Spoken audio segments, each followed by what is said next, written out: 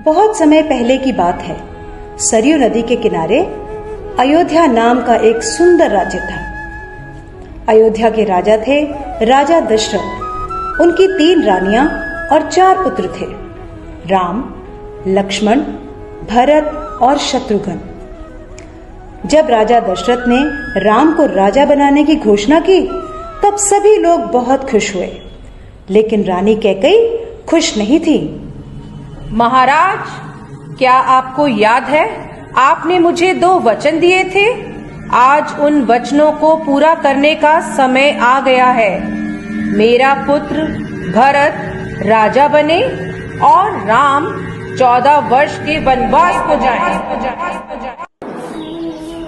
राजा दशरथ की आज्ञा पाकर राम और लक्ष्मण सीता के साथ 14 वर्ष के वनवास के लिए चले गए। पंचवटी में लक्ष्मण, लक्ष्मण, हे सीते, हे सीते।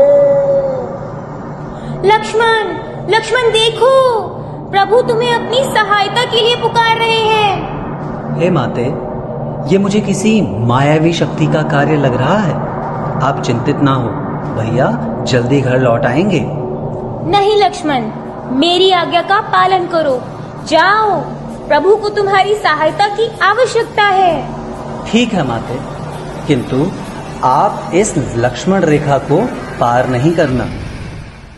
रावण को ज्ञान था कि वो लक्ष्मण रेखा को पार नहीं कर पाएगा, इसलिए उसने साधु बनने का ढोंग रचा और सीता माता को उठाकर ले गया।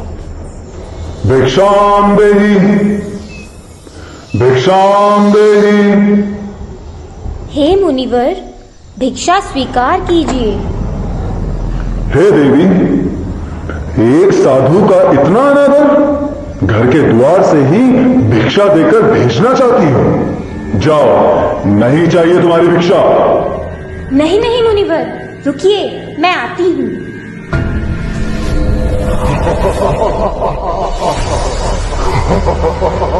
बचाओ, बचाओ, बचाओ, भैया लक्ष्मण, प्रभु राम, बचाओ, बचाओ, हे नाथ, मुझे बचाओ।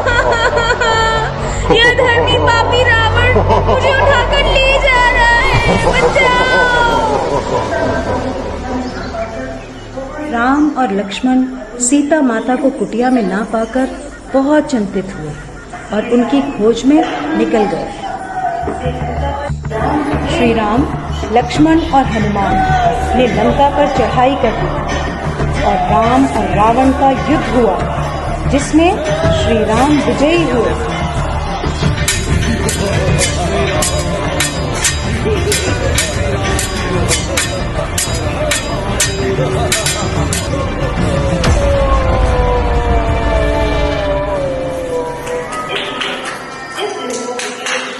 इसलिए इस दिन को विजयदशमी कहा जाता है।